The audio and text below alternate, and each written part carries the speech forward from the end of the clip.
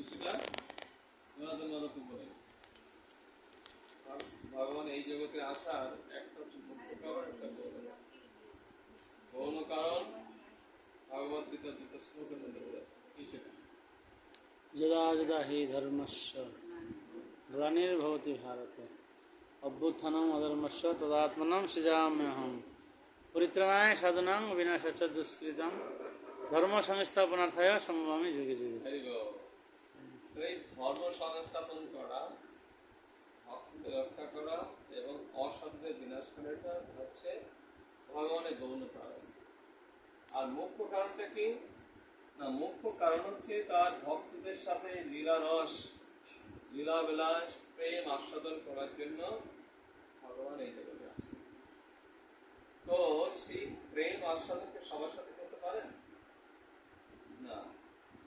এই লীলারস এবং প্রেম আস্বাদন ভগবানের নিত্য সিদ্ধ ভক্ত পরিমাণে, নিত্য সিদ্ধ ভক্তের সাথে এবং যারা সাধন সিদ্ধ ভক্ত, সেই ভক্তের সাথে ভগবান লীলাবিলাস করে এবং ভক্ত ভগবানের সাথে সবসময় অপ্রাকৃত সেবার মধ্য থেকে তার সঙ্গে লীলাবিলাস করে। আর ভগবানের সাথে লীলাবিলাস করার কটি পন্থা রয়েছে, কটি ভাব রয়েছে? মুখ্যত হচ্ছে পাঁচটি, কিন্তু মহাপ্রভু চারি রসে চারটি রস দিয়ে তিনি নাচাই গোপবন বিশ্বের দাস্য সখ্য বাৎসল্য মাধুর্য, এই চারটি রসের মাধ্যমে ভক্তদের সাথে তিনি লীলাবিলাস করেন, প্রেম আস্বাদন করেন। এই প্রেম আস্বাদনের তো একটু অনেক ঊর্ধ্বের ব্যাপার। তো প্রথমে বলছে যে ভগবানের সাথে আমাদের বা সাধুদের সাথে আমাদের বা গুরুদের সাথে আমাদের মানে সম্বন্ধ স্থাপন করতে গেলে প্রথমেই দরকার কি? আদৌ শ্রদ্ধা। আর শ্রদ্ধাটা কেমন? শ্রদ্ধা শব্দে বিশ্বাস, সুদৃঢ় নিশ্চয়, কৃষ্ণ ভক্তি কইলে সর্বকর্মকৃত হয়। শ্রদ্ধা হল দৃঢ় শ্রদ্ধা। তাহলে সেই শ্রদ্ধা শব্দে বিশ্বাস, যখন শ্রদ্ধা থাকবে তখন সেই সাধুর কথায় কি হবে? বিশ্বাস হবে। আর বিশ্বাসে মিলায় বস্তু তর্কে বহু। সাধু যে কথা বলেন, যদি কেউ সেই কথা মনে প্রাণে গ্রহণ করেন, তাহলেই হচ্ছে যে সেই বিশ্বাস, সেই শ্রদ্ধা, সেই শোনার ফলে কি হয় না, সেই ভগবান বা সেই ব্যক্তির সাথে আমাদের মধুর সম্পর্ক গড়ে যায়। যেমন নারদমুনি একসময় আমাদের দ্বারকের কি রুক্মিণী দেবী ভগবানের লীলা মহিমা শ্রবণ করছে। রুক্মিণী দেবী নারদমুনির কথার বিশ্বাস করে তার সঙ্গে বিবাহ বন্ধনে আবদ্ধ হওয়ার জন্য কত রাজারা এসছেন, কিন্তু নারদ মুনির কথা বিশ্বাস করে ভগবানের লীলারাস শ্রবণ করতে করতে, ভগবানের এই রূপ লীলা আস্বাদন করতে করতে ভগবানকে এত ভালোবেসে ফেলেছেন যে তার সামনে কত বড় বড় রথী মহারাজেরা তাকে বিবাহ করার জন্য, কিন্তু তিনি বলছেন আমার মন, একজন সত্যের আমি মন কতজনকে দিতে পারে? একজনকে দেয়, তাই না? তো রূপমণি বলছে আমার মন তো আমি একজনকে দিয়ে দিয়েছি, আমার তো একটি মন। আর ভগবান বলছে না, সত্যি তোমাদের মন থাকে, তুমি যদি সত্যি হও তাহলে কি করো? মন মানা হব মত ভক্ত। তোমার মন কাকে দাও? না, তোমার মন আমাকে দাও। আমি কে? তমেব মাতা চ পীড়িতা তমেব বন্ধুশ্চ সখা। আমি তোমার বন্ধু, আমি তোমার সখা, আমি তোমার মাতা, আমি তোমার পিতা, আমি তোমার বন্ধু। এই জন্য তোমার মন যদি থাকে, তুমি মনটা মন মানা ভব মন ভক্ত। আমার ভক্ত কি দিয়ে ভক্ত হও? তো মনটা দাও। সেই জন্য আমরা এই জগন্নাথ লীলাও দেখি এই মনের মধ্য দিয়ে ভগবানের সাথে যে সম্বন্ধ হয়, প্রেমের আদান প্রদান হয়। আমরা জগন্নাথ লীলা দেখি যে স্থানটার নাম ভুলে গেছে, জগন্নাথপুরী থেকে পাশের রাজ্য, সেই রাজ্যে একসময় জগন্নাথপুরে কিছু ভক্তরা গিয়েছেন ঘুরতে। সেই রাজ্যে যখন তিনি আতিথ্য গ্রহণ করেছেন, তখন সেই রাজ্যের রাজকুমারী সেই পান্ডা ভক্তকে অনেক সুন্দরভাবে সেবা করেছে। যখন গিয়েছে সুন্দর পদপক্ষণ করেছেন। আপনারা আজকে যখন আসলাম, সুন্দরকে আরতি আমরা দর্শন করালেন, তারপর আসন দিয়েছেন, সুন্দরকে উলুধ্বনি জয়ধ্বনি দিয়ে আরতি দিয়ে আপনার সম্ভাষণ জানাবেন। এইভাবে উনি সুন্দরভাবে সাধুকে সম্ভাষণ করেছেন। সম্ভাষণ করে যখন প্রসাদ গ্রহণ করছেন, এই সময় রাজকুমারী সেবা করার পরে হচ্ছে তদ্বৃদ্ধি প্রণিপাতেন পরিপ্রস্তুত সেবায়া উপদেক্ষান্তিতে জ্ঞান জ্ঞানীন তত্ত্বদর্শী। সেবা করার মধ্য দিয়ে তত্ত্বদষ্ট পুরুষকে জ্ঞান উপদেশ দান করতে এবং প্রশ্ন জিজ্ঞাসা করতে। তখন রাজকুমারীর সেবা দেওয়ার পরে তখন বলছেন সেই পান্ডা ভক্তকে, প্রভু আমার একটা নিবেদন আছে। কি নিবেদন? আপনি তো জগন্নাথের প্রিয় ভক্ত, আপনি কি আমার একটা কৃপা করে আমার একটা সেবা করতে পারবেন? তো যেহেতু বৈষ্ণব সেবায় প্রসন্ন হয়েছে, আচ্ছা হ্যাঁ বলো মা, তুমি কি কি কি বলতে চাও বলো। আচ্ছা আমি আমার প্রাণনাথ, আমার প্রভু জগন্নাথ দেবকে একটা চিঠি পাঠাতে চাই, তারপরে আপনি দিয়ে যেতে পারবেন? কেন পারবো না? তুমি আমাকে এত সুন্দর সেবা করেছো, অত্যন্ত প্রসন্ন হয়ে তুমি বলো। আরো যদি কিছু করতে হয় তাহলে করতে হবে, কিন্তু আমার আর কিছু করতে হয়। কৃপা করে আপনি এই চিঠি দিয়ে জগন্নাথকে দেবেন। তো সব দিয়ে নিয়ে যখন ফিরছে, তখন ফেরার সময় একটা ছোটটা রূপার বাক্সে এর মধ্যে একটা চিঠি আছে, আপনি এইভাবেই জগন্নাথকে দেবেন। এখন সেই পান্ডা আস্তে আস্তে আস্তে আস্তে হঠাৎ করে তার বলতে হলো যে ভালোবেসে জগন্নাথকে এই রূপার কোটাকে কি দিয়েছে আমি দেখতেছি। রূপার কিছু দূর আসার পরে কাছাকাছি এসে, কাছাকাছি এসে সেই রূপার কৌটাটা খুলেছে। খুলে কি দেখতে পেলেন? তার মধ্যে সামান্য একটা কাগজ আছে। তো কাগজ বলছে, আরে রাজকন্যা, একটা রূপার বাক্সের মধ্যে শুধু কাগজ লিখে দিয়েছে, এটা আমার কোন উপহার হতে পারে না জগন্নাথের জন্য। জগতের নাথ ভক্তরাং যোগ্য তপস্যান সর্বলোক মহেশ্বরম, তিনি সবকিছুর ভক্তা, সবকিছুর ঈশ্বর। তার কাছে এই সামান্য পেপারে কোনো মূল্য আছে? রাজকুমারীকে জগন্নাথের সাথে কি উপহাস করছে, তাৎসল্যতা করছে? তিনি অভিমান করে কাগজটা মুড়ে তুলে দিয়েছেন, এবার চলে গেছে। ওই দিন আর জগন্নাথের কাছে আসেননি। ওই দিন রাত্রে ঘুমিয়েছেন। আর জগন্নাথ অত্যন্ত প্রধান্বিত বলছে, আরে পান্ডা মূর্খ, আমার প্রিয় ভক্ত ভালোবেসে আমাকে সে এত ভালোবাসে, আমার সাথে তার ভক্তি প্রেমের এত হৃদয়ের আদান প্রদান, সে ভালোবেসে আমাকে একটা অত্যন্ত গুরুত্বপূর্ণ একটা জিনিস দিল, আর তুমি না বুঝে অনাদরে তুমি ফেলে দিয়ে এসেছ। কালকে তুমি আমার মন্ত্রীকে দেখবে, তুমি যেটা অনাদরে ফেলে দিয়েছ সেটা আমি আদরে আমার কণ্ঠে আমি সেটা ভূষণ করে রেখে দিয়েছি। আর হঠাৎ করে পাল্টা ঘুম ভেঙে জেগে দেখি, আরে জগন্নাথ কালকে রাজকুমারী দেওয়ার সামান্য উপহারে অপ্রসন্ন আমার প্রধান হয়ে গেছেন।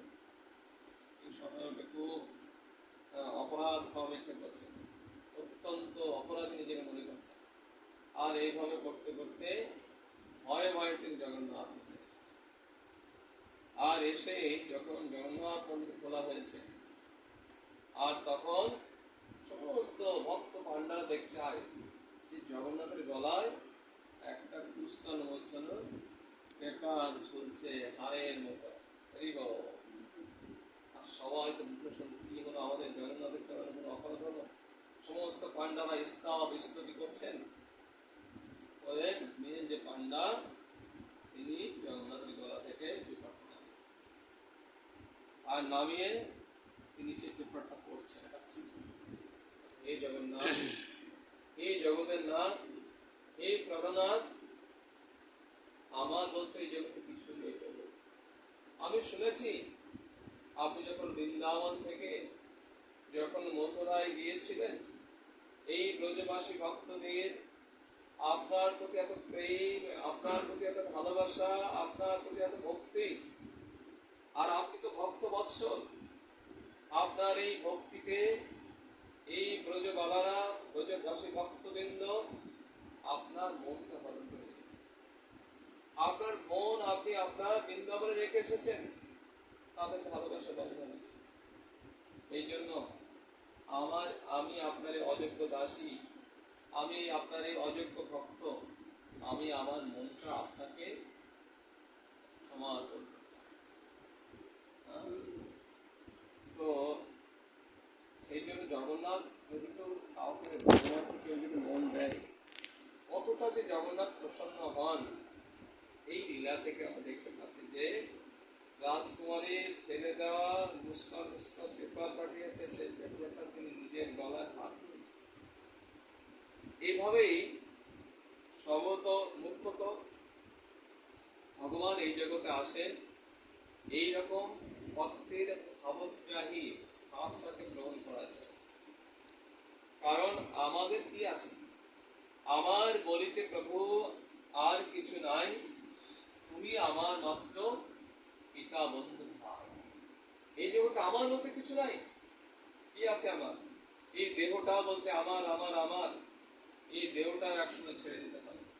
আমার টাকা, আমার বাড়ি, আমার গাড়ি, আমার স্ত্রী, আমার পুত্র, আমার সন্তান, আমার আমার আমার। কিন্তু বাস্তবপক্ষে যাওয়ার সময় শুধুমাত্র খালি হাতে খালি হাতে না। ভাগবত গান বলছেন, বৈষ্ণব বলছেন যে আমরা তো খালি হাতে আসি না, খালি হাতে আমরা কি নিয়ে এসেছি? আমরা আমাদের আত্মার সঙ্গে কর্মফল নিয়ে এসেছি। আর এই কর্মফল অনুযায়ী এই জগতে কেউ ধনী, কেউ মানি, কেউ জ্ঞানী, কেউ সুন্দর, কেউ সুন্দরী, কেউ তারা ভগবানের কাছে প্রাপ্ত হচ্ছে। আবার যাওয়ার সময় সে সারা জীবন যে শুভ অশুভ কর্ম করেছে সেই কর্মফল সাথে করে নিয়ে যাচ্ছে। এই জগতে জাগতিক ধন সম্পদে আছে, কর্মফল সেটা কিন্তু ছেড়ে যাচ্ছে। সেই জন্য ভগবান বলছেন যে আমি এই জগতের সবকিছু আমার, সর্বলোক মহেশ্বর, এমনকি আমিও কার? আমই বংশ জীবলোকে জীবমুখে সনাতন। ভগবান বলছে এরা আমার অংশ, এরা আমার বংশ, আমিও কৃষ্ণের, আমিও ভগবানের। তার মানে আমি তার আর তিনি আমার। শুধুমাত্র সেই জন্য বলছে যে তুমি আমার হও। আমার হতে গেলে কিছু লাগবে না, তোমার মনটা আমাকে মন্মনা ভক্ত মজ্জা জীবন নমস্কুরু মামে বৈশ্বরী সত্যান্তে প্রতিজনে। তুমি আমার অত্যন্ত প্রিয়। কেন? তুমি তোমার সন্তান। হ্যাঁ, তুমি আমার অত্যন্ত, কেন? আমি তোমার সন্তান। এই জন্য আমি সত্য প্রতিজ্ঞা করছি যে তুমি এই মনটা আমাকে যাজন করো, আমাকে পূজা করো। হ্যাঁ, আমাকে পূজা করো, আমাকে নমস্কার করো। কিভাবে না? ভগবান তাও বলছেন যে যত পুরুষী জলস্রাসী যোজ্যসী জলাতে যাত যত তপস্যা চিকন্তীয় তৎ পুরুষ পদার করো। তুমি যে আহার করো সেটা তুমি আগে আমাকে অর্পণ করো, তাহলে কি হবে? না, তুমি যদি আমাকে অর্পণ করো, আমার ধর্মকে সেটাকে পরিশুদ্ধ করা। হ্যাঁ, সেটাকে পরিশুদ্ধ করা। ভগবান ভগবদ্গীতা বলেছেন যোগ্য সৃষ্ট শিরসন্ত মুষ্টত সর্বকিল বিষয় বঞ্জতেই ত্যাগম পাপা যে পচন ত্যাগ করে। যে যদি কেউ যোগ্য সৃষ্ট অর্থাৎ আমাকে নিবেদন, যোগ্য অর্থাৎ ভগবান নিবেদন করা, সর্বশ্রেষ্ঠ প্রসাদ।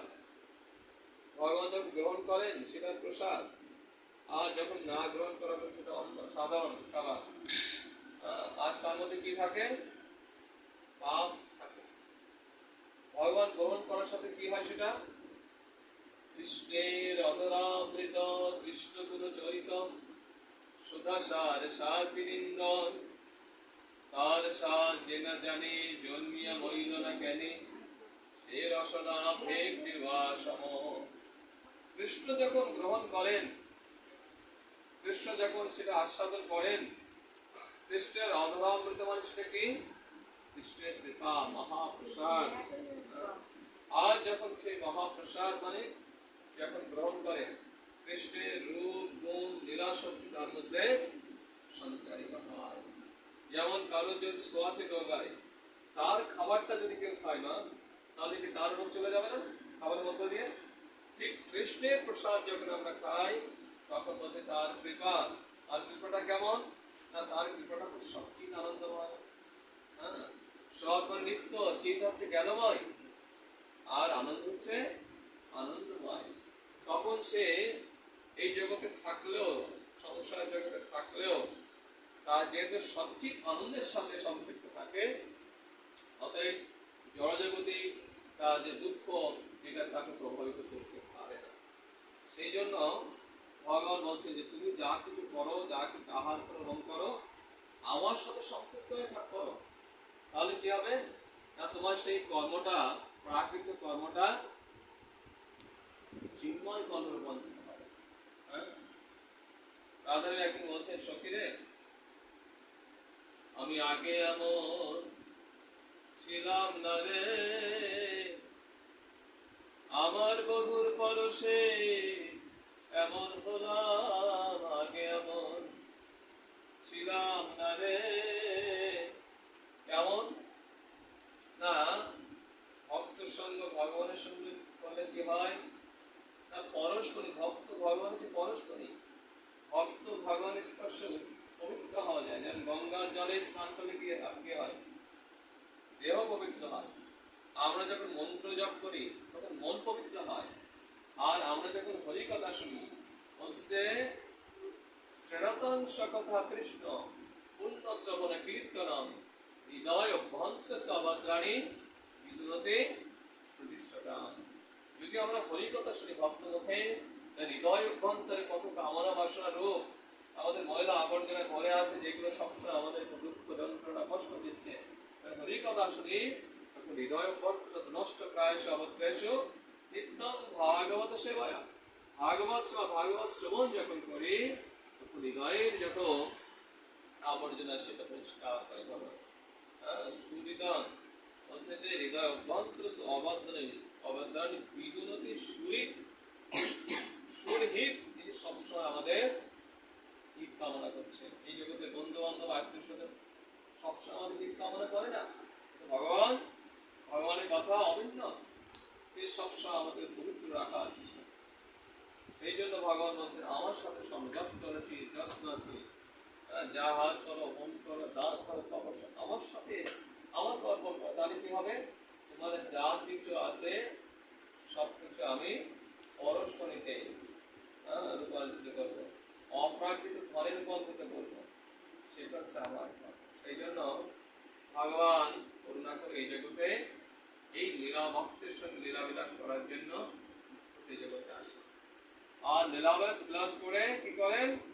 না, আমরা এই জড়জগতে মায়াবদ্ধ দিক কষ্টে যন্ত্রণা বিষয় আসক্ত রয়েছে, এর মধ্যে যন্ত্রণা কষ্ট পাচ্ছি, এর থেকে মুক্ত করে ভগবান নিত্য ধামে নিত্য আনন্দ প্রদান করার জন্য তিনি জগতে আসেন। এই জন্য তিনি কখনো বরাহ রূপ, কখনো নৃসিংহ রূপ, আর তিনি হচ্ছেন সর্ব আকর্ষণ। তিনি সমগ্র ঐশ্বর্য, সমগ্র যশ, সমগ্র শ্রী, সমগ্র বৈরাগ্য, যার মধ্যে পূর্ণ মাত্রা রয়েছে, সমগ্র শ্রী, তিনি সমস্ত সৌন্দর্যের অধিকারী। তিনি আবার কখনো বরাহ রূপ ধারণ করেছেন, কখনো নৃসিংহ রূপ ধারণ করেছেন, কখনো বা বামন রূপ ধারণ করেছেন। কেন? সমস্ত সৌন্দর্যের আধার হয়ে কেন নৃসিংহ বরাহ বামন মতো ধারণ করলেন?